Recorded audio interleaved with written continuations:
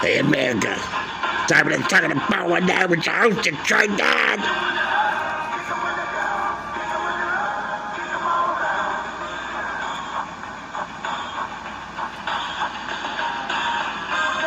We're still marking balls. We're still marking balls. Have you marked your balls today? I certainly hope so. Hello, America. How are you? I am Detroit Don. This is Let's Talk in the 419.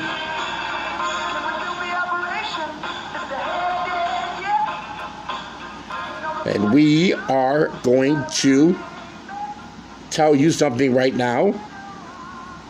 Zombies are not walking around, right? Despite what you hear online or what you see on the news, we don't have any zombies as of yet walking around the shores of our beaches or in the cities, on the streets, out in the country picking corn. The zombies are not out yet. We're halfway through this weekend, holiday weekend right now, a little bit over halfway through. And still the death toll staying around this, going up there, going up to 100, reaching 100,000 almost. It's going up there towards that number. The coronavirus is still here. COVID-19 is not going anywhere. And America is still reopening one day at a time here. Now, before we get into this, I want to talk to Mo. Mo, how are you? How's your holiday weekend going so far? Going pretty good, man. How you doing? I'm doing pretty good, man. Doing pretty good.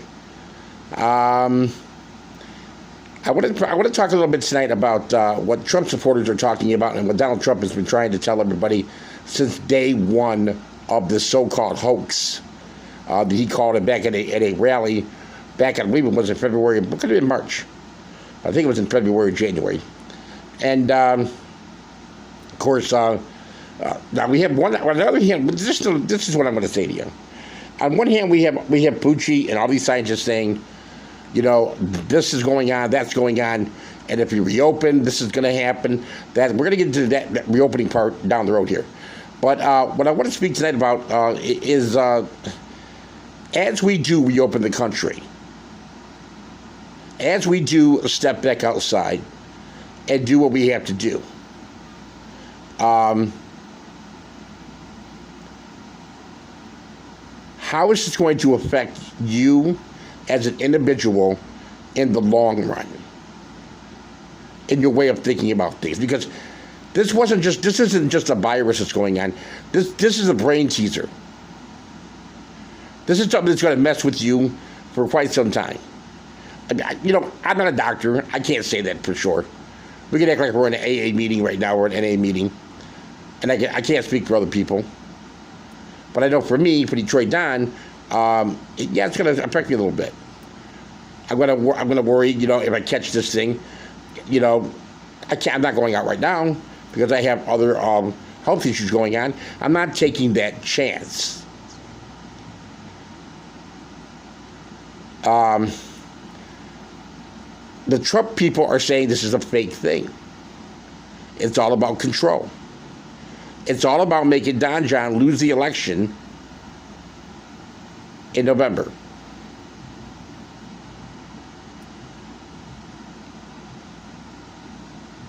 It's all about making him look bad when it comes up to that election in November. So people will not vote for him. I want to play something for you right now. And I also want to say pay attention. Not only to this, what we're going to play right now, but pay attention to what's going on right now in and around you. I am not disgruntled. I am frustrated at a lack of leadership. I am frustrated at a lack of urgency to get a head start on developing life-saving tools for Americans. I'm frustrated at our inability to be heard as scientists. Those things frustrate me. As early as January, emails show he was sounding the alarm. first about the critical shortage of N95 masks. We see too many doctors and nurses now dying. And I was thinking that we could have done more to get this mask and the supplies to them sooner. And if we had, would they still be alive today? This is the whistleblower that Donald Trump is being accused of firing because he didn't agree with the drug that will kill you, basically. The hydro drug. I can't pronounce it. It's 14 letters. I'm sorry. I can't do it. But you know what I'm talking about. The drug that Donald Trump's taking right now to keep the coronavirus away from him. This is the guy that Trump supposedly fired because he was saying, no, don't take that drug. The president's wrong. That drug can hurt you. This guy, this whistleblower right here, we're not going to mention his name because he is a whistleblower. We have respect for the guy. Was one of the heads of the CDC.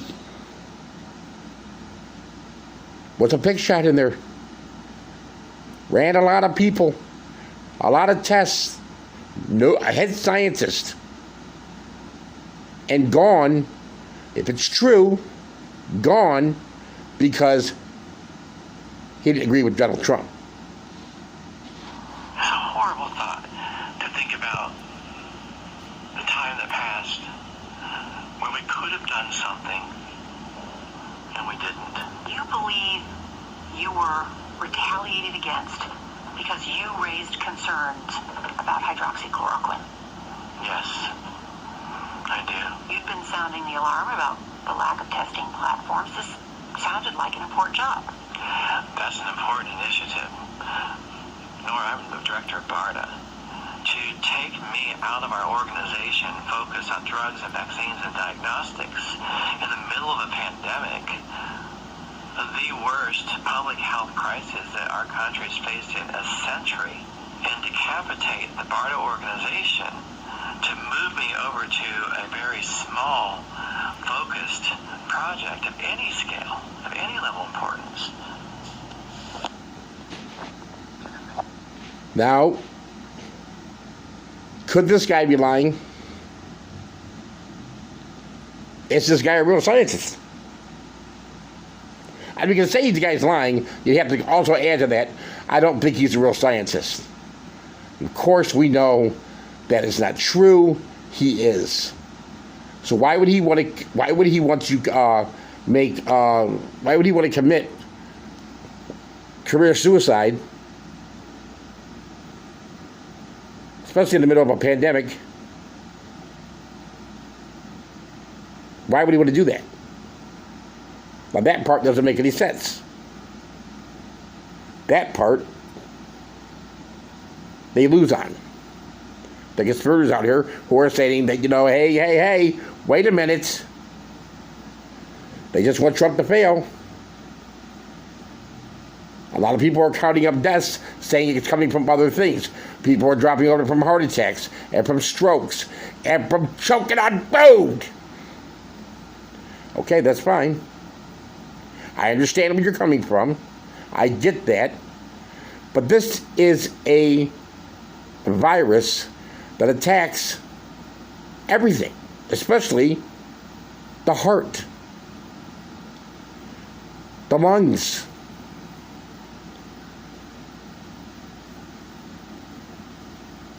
I'm sick. I have heart failure. If I were to catch this thing, I don't know why I would survive. I probably wouldn't. And many of other people that have passed away were probably kind of like that had heart failure, was probably the same boat I am right now. That's one reason why I'm not going outside. I want to live a little bit longer. A little bit longer. Right, Mo? Right, man. We need you out.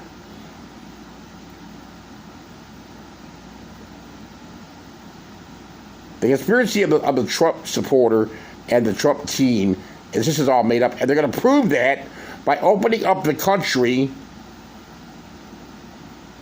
over the Memorial Day weekend. I mean, the president wanted to open up the churches back on Easter.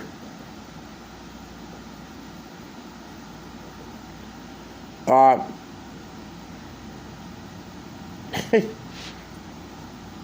new administration, which really, I think, set the stage for so many of the things that we are going to be dealing with over the coming years.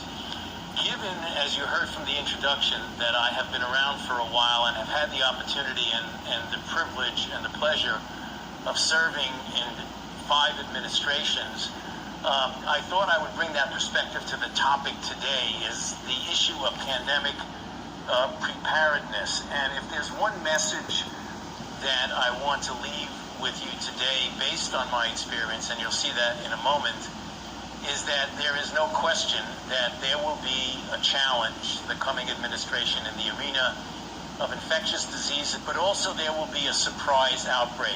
So I had the privilege of being on Air Force One, and the president called me up to his compartment and said, "Tony, what scares you most about potential microbial attacks?" And he was talking about a terrorist. And I told him, I said, "Mr. President, I worry more about the natural occurrence of an influenza pandemic and the ongoing plague of HIV than I do about a bioterror attack." All of us. That was Anthony Fauci, who is on the Corona Task Force team. That's the guy that I trust wholeheartedly. Now, I don't know if stories have been planted against him. I know he's been there, like he said, for 5 administrations. So he's doing something right. I trust the guy personally. But you always read something on the computer. You always read something on Facebook or YouTube, where we are right now, or what have you, about the guy's kind of dirty.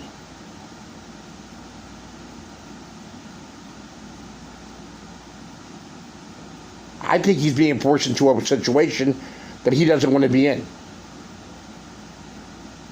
I don't think he's playing ball with Trump. He's went against Trump on news conferences saying, "No, hold on now. Of course it's not leaving. It's going to be here. We know that." If Trump's eyeballs could come out of his head and punch somebody in the back of the head, it would have been that day at that news conference, Fauci would have got 2 eyeballs to the back of the skull.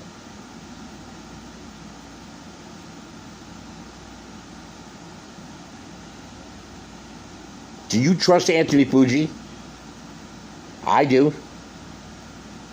You see, in order to prove a real conspiracy theory here, in order to prove that, in order to even get to the point of why you even fathom there's some type of conspiracy theory, you gotta have a little bit thing. I mean, just tiny little bit of proof.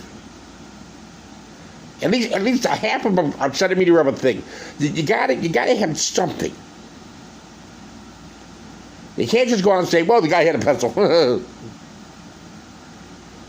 He was eating fruit. Just see him eating fruit. You can't make stuff up. You have to have something in order. Conspiracy theories are, yes, they're theories and they're conspiracy. Okay, I understand that. By the way, Mel Gibson, great movie if you get a chance. You ever see that, Mo? Conspiracy Theory? Oh, man, I love that movie, man. Mel Gibson? Yeah, it's bad. Julie Roberts. Yeah, Julie Roberts. But look, I'm getting off path here. Look, for a conspiracy theory to work, you have to have some type of conspiracy to go with here. And we already know right now, Trump supporters and Don John himself, what's the one thing they hate, Mo? What's the one thing they hate? The truth. Okay, they hate the truth. What's the other thing they hate? Oh, facts, man. They don't like the facts. Exactly. Excuse me. Trump supporters and Trump don't like the facts. You can argue with your blue in the face with a Trump supporter. Unless you have facts, they're not going to like it. They don't like facts. They don't want it brought to the table. They don't want to talk about it. Fauci equivalent of China. His name is Dr. Zhong Nanshan. And 2 things stand out from my conversation with him. One, that he was highly critical of the initial response, particularly from Wuhan health officials, saying that essentially they did not tell the truth at the time. Though now Dr. Zhong does support the central government's containment efforts. And the other thing that stands out is that he points out in particular that while things may be opening up here in China, and you may be getting a resemblance of what was, that the threat is far from over here.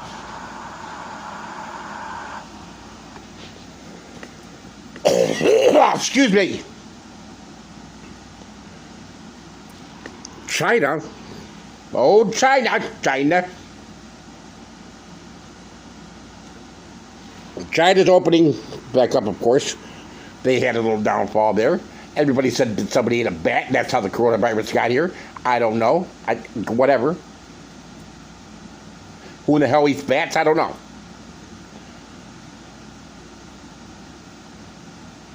But China has a Dr. Fauci type of guy that we have. They have that kind of guy. They got the guy, Anthony Fauci. It's not him. Excuse me. They got him. They kind of got a guy like Fauci, who's predicting things over there. We are facing a big challenge. It's not better than the foreign countries, I think. A warning against complacency coming from a man who's gained the respect and admiration of both China's leaders and its citizens. Pulmonologist and China's go-to health expert, Dr. Zhong Nanshan, speaking exclusively with CNN. We should reopen all the things gradually. On the other side, we still have a very strong control. So the containment of the situation. Zhong first gained international praise for his work on SARS 17 years ago. His recent focus, COVID-19. He's gained a celebrity status here, many captivated by his physical drive as much as his scientific knowledge. What is the Fauci equivalent of China? His name is Dr. Zhong Nanshan. And but he's the Fauci of China. This guy's over there saying, you know, there's going to be an outbreak, this is going to happen, this is going to happen, this is going to happen. We're going to be getting into this all week long, this next week coming up, starting tomorrow. We're going to be getting into this conspiracy theory that everybody's talking about. And we're all going to tell in the next 2 weeks what's going to happen. We opened up yesterday, Friday, Saturday. We opened up today, Sunday yet. I mean, yesterday was Sunday. I'm losing days. What day is this, Mo? It's Memorial Day, but no, it ain't Memorial Day. It's Sunday yet. It's Memorial Day in about 15 minutes. It's still Sunday. Yeah, I can't shake this cough. I cannot shake this cough. Excuse me. But yeah, we're going to go ahead and look into this and dig into this more.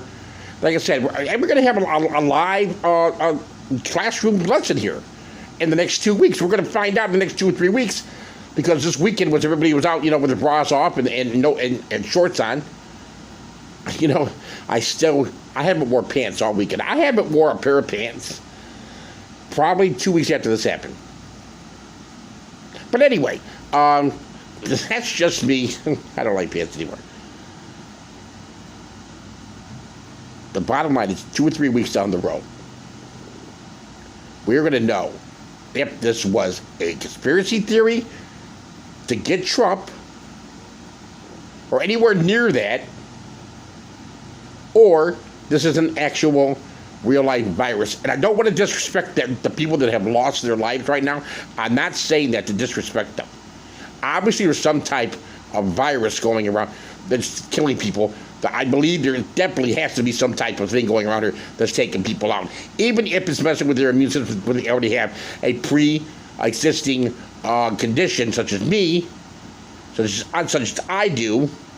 Even if they have that, they're still dying. And they still count. You can't count those people out. I hate when people say, I don't like when people say, you know, hey, we can't count them because, you know, they had heart failure or whatever. You know, that's a bunch of, I call bullshit on that. You can count them. You're supposed to count them. You know why? Because they're a living human being. And they wouldn't caught the coronavirus, they'd still be alive today. So you gotta count them. You gotta count them. You cannot not count them. You have to count them. Sorry, Rush, Hannity, you morons. But was this as bad as they were telling us it could be? Or it was?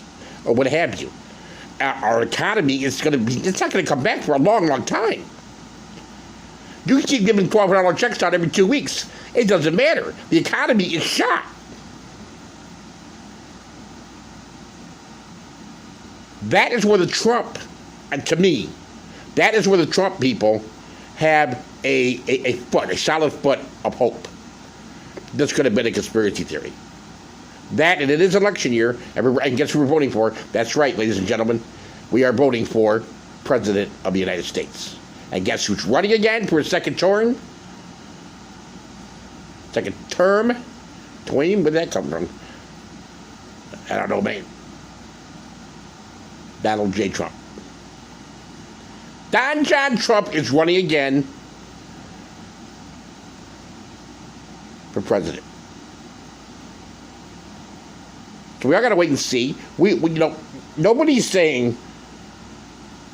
coming out and coming up with hardcore proof on, for the conspiracy. Now, we have hardcore proof that this is a virus because every scientist from here to China is saying so.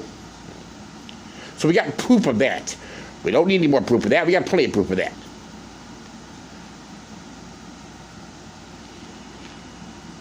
And like I said, I don't want to disrespect anybody, but the 98,000+ people that have passed away, and God bless them all and their families.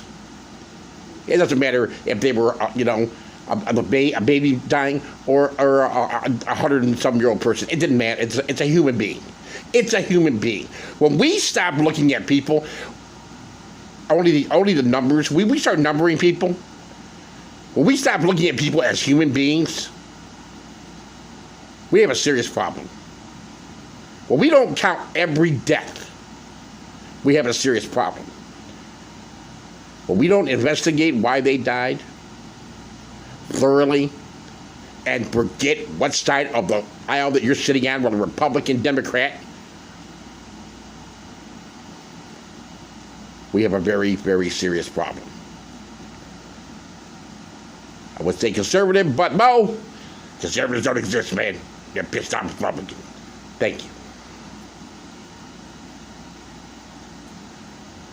So that's your homework. That's your homework, America. People who listen to my voice, if you can hear me right now over here on YouTube, we'll give you some homework. Think about it. Think about, could this be a conspiracy against Donald Trump? And think of the reasons why. Like I said, in a few weeks, we're going to have our answer. People are going to start getting sick and falling down and rushing into hospitals, and we're going to be in a little bit of trouble. Because let's face it, up to this point this weekend, there hasn't really been, well, there's been some, but no, not so much. Social distancing, what have you, not so much that I've seen on the news reports, because I don't leave home. My outside world is my TV and radio and my computer. Take that, America.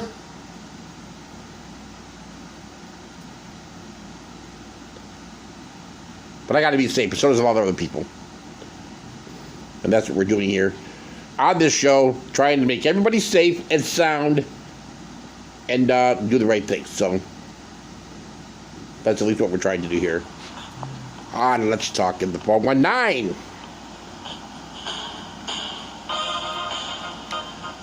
You've been listening to another episode of Let's Talk in the 419. I am Detroit Don. As always, we have Mo here. Say good night, Mo. Good night, Mo. We'll talk to you again tomorrow. Have a great weekend. We love you. And God bless America. T-Town, we love you too. Talk to you soon. What, mate?